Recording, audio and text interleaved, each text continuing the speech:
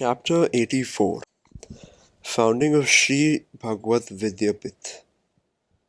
As we saw in the previous chapter, during his transit stay in Bombay, Shri Krishna Shankar Shastriji came to meet Gurudev, and we can learn about the happenings in Pujya Shastriji's own words. The foundation ceremony of Shri Bhagwat Vidyapith was to be on the 13th of March 1967.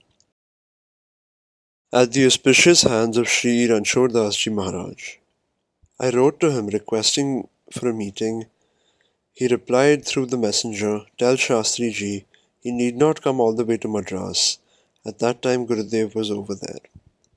I will meet him myself wherever he is." Later, when I got the news that he had come over to Bombay, at Devkaran Bhai's place, I went over there to invite him for the function. He said, "Why did you take the trouble? I would have met you myself." I replied with humility, "If the father comes in search of his son, will the son not rush to him?" At this he smiled as well as became emotional. Maharaj Shri was visiting Rajkot via Ahmedabad, and then he was to go to Bihar to start relief work. I asked him, "Since you will be in Ahmedabad on your way to Rajkot, kindly halt there, perform the ceremony, and then you can proceed to Bihar to avoid coming all the way back on the 13th of March. He replied, "If the ceremony is scheduled for the 13th, it must be done on that day only." He told me to write down the date on a piece of paper, and I did so. "I hope you will come," I asked. He replied, stressing his promise thrice, "I will come." I wondered how he will come all the way from Bihar, leaving such an important undertaking and within such a short span of time. On the appointed day, one day in advance of the ceremony, we were waiting for his arrival since the morning. Suddenly sketchy news were received that Maharaj Shri had reached Dakor. About 2,000 devotees had vowed not to take food or water till they had had his darshan. At night, the trustees of the Vidyapith asked me, "How can you guarantee that Bapu will surely attend?" I replied, "It is only 12 in the night. Our ceremony is at 10 a.m. tomorrow. You better ask me then. If he is not able to reach, my tapasya would be in vain. But the tapasya of these 2,000 devotees will surely bring him to us." Exactly within 20 minutes, the phone rang with a message from Damodar Bhai saying Bapu had arrived and that we need not worry. Gurudev had started from Ranka on the 9th by car. There was engine trouble, and on the way he had to pass the day below a tree for several hours in the scorching heat in the open. On reaching Ahmedabad, he discussed sufferings of the Biharis till 2:30 a.m. in the night. We served him with milk, but he just took a spoonful in order to please us and lay down so that we too may follow suit and have some sleep. As though he had never really gone to sleep, he got up at 4:30 a.m. and again discussed Bihar till 7:30 a.m. and we reached the foundation ceremony site at 8 a.m. He ceremoniously did the foundation vidhi and performed the puja for the Kalpataru hall of the Bhagwat Vidyapith. The ceremony was over by noon, and at 2 p.m. Pujya Shri was ready to leave for Bihar. I asked him, "Would you travel in such noon heat?" He replied, "Compared to Bihar, this heat is nothing. Now please let me depart." And placing his benign hand on my head and back, he said, "Listen, do not delay the work. After all, it is Sri Ram's work, and therefore in God's work there should be no delay." Thus, just in order to fulfill the promise given to Shastriji, Gurudev undertook the arduous car journey from Ranka to Ahmedabad, distance of nearly 1800 kilometers, though he was preoccupied with a life-saving battle for the relief of stricken people of Bihar. Indeed, the deeds of saints and their endurance and willpower are beyond the comprehension of mere mortals like us. Jai Bhagwan. Chapter 85. The Bharatpur Floods. Before the conclusion of relief work in Ranka, severe rains in UP flooded the rivers, and on account of damage to the dams, Mathura, Bharatpur and other towns were in the grip of floods. Pujya Shri remarked with sadness, "The country is now like a torn old cloth. If you sew it up at one spot, it tears off even wider at another." The condition of flood-affected people was pitiable. All their possessions and homes were soaked in water. Shivering with cold, people had stayed on terraces of their homes without food, waiting for the flood waters to recede. Food, grains and blankets were urgently needed.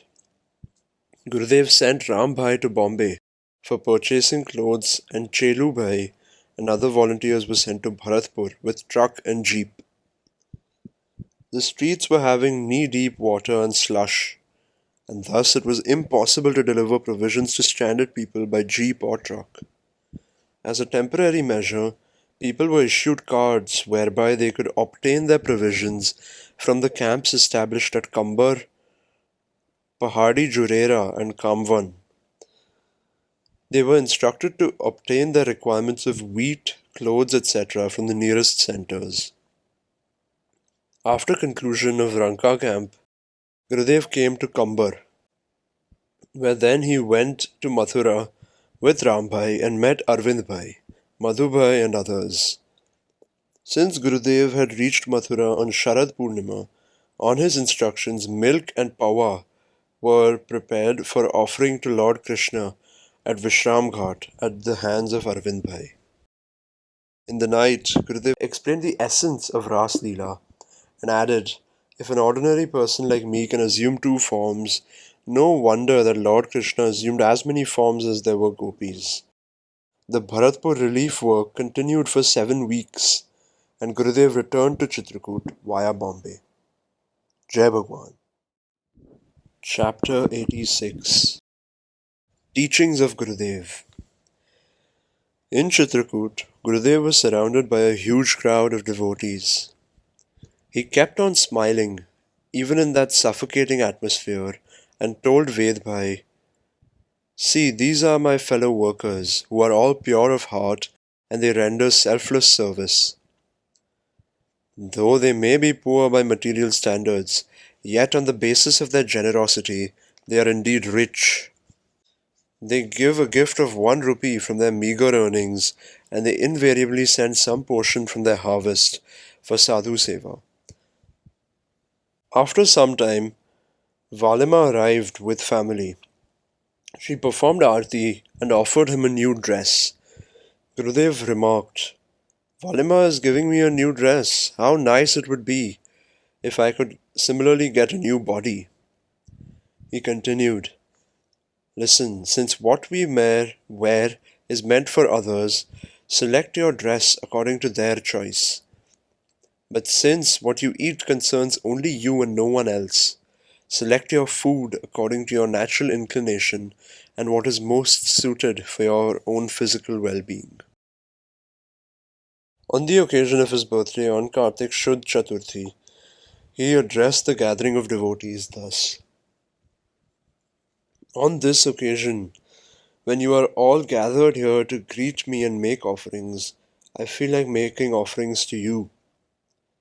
But since we have got to follow the code of conduct prescribed by the scriptures, we will stick to the routine. However, it is your duty as disciples to discard the demonic inclinations from your mind and to adopt the divine ones. Our birth in this human form is on account of our past good deeds, and therefore in order to retain ourselves in this form, it is essential that we do more good deeds now and accumulate merits. Good deeds are a result of good thoughts, and our thoughts in turn are influenced by the company that we keep. Therefore it would be indeed good for us to have Satsang at all times and pray every day. Prayers from the heart can never be in vain. God manifests himself in pure and virtuous hearts, By himself, man is nothing.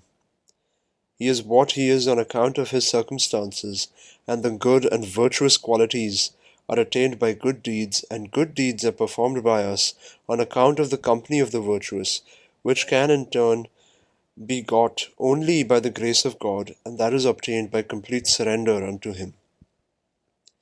Therefore, if you wish to rise to a higher plane of spirituality, surrender yourself unto God and chant Ram Nam, discarding your ego, because so long as you have your ego, God will continue to ignore you. Just pray resolutely.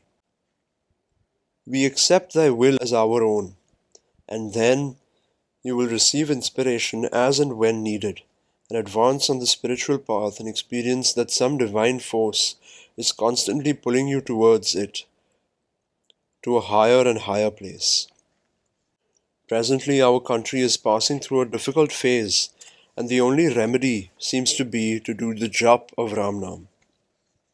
In order to preserve our ancient culture and heritage, all of us will have to put in Herculean efforts. Once, while addressing the devotees, Gurudev said, "This feeling of mine and thine arises out of our hopes and strong desires, and we act under their influence. The commonly practiced yogic kriyas like neti, dhoti, and basti are merely means to an end. For true yoga, a strong sense of inquisitiveness is essential, and one must also be a deserving person. This means for salvation is given to each individual disciple so as to suit his temperament. But none wants to undergo hardships. All of us want to attain everything merely by Guru Kripa. There is one word which has neither form nor color. No one has ever seen it. Its name is fame, and yet everyone undergoes all sorts of hardship to achieve fame. But just give it a thought. If your thoughts and actions are correct, fame will come to you on its own. As a part of his duties, a true sadhu would be willing to do even the most menial tasks, and such a one alone can realize God. We have with us our Bade Rasoyaji, the chief cook. He himself has been cooking for us since the last 40 years.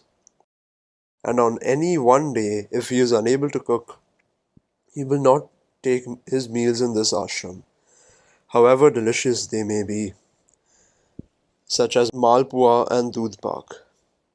But he will cook his own humble khichdi in his kutia. This is an example of true sadhutva. But unfortunately, true sadhus are rare. We come across false sadhus everywhere. Even if there is only one true sadhu among several false ones, then by virtue of his sadhuta, all will survive. The tilak mark on a sadhu's forehead is a declaration that his head is now surrendered unto God, and that it will neither bow down before anyone, nor can it be bought by material temptations. I prefer that sadhu who worships Ram and renders service unto people. None can keep on chanting Ram Nam for 24 hours. Therefore, whatever time remains spare after our bhajan should be devoted to serving the people. The one who is lazy is not fit to be called a sadhu. If he is sick, the sadhu may go to a hospital, and on getting well again, he should devote himself once again to bhajan and service. If this is not possible, let him sit in nirvan samadhi and leave this world. Let him not be an excuse for people to remark that the Indian sadhus are a burden on our society. Let me repeat with stress, one should leave 100 tasks when it is mealtime, and one should leave 1,000 tasks to do bhajan, and set aside 1,00,000 tasks when the occasion arises to render service unto humanity. Jai Bhagwan. Sarve Sukhina Santu, Sarve Santu Niramaya, Sarve Bhadrani Pashyantu, Ma Kaschit Dukham Apnuyat.